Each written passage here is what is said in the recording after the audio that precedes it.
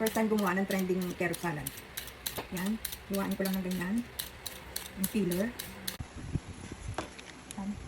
Bigyan natin ng paminta. Asin.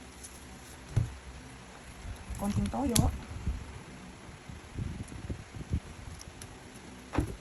Konting suka.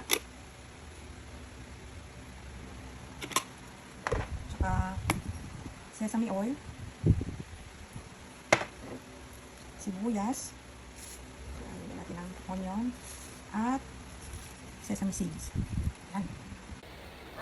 Kain na tayo. Ito na yung ginawa kong carrot salad. Ang sarap i-partner sa dito, sa adobo. Ang crunchy, oh. Hindi nakakasawa yung lasa. Sarap. Kain tayo. Sarap talaga ito.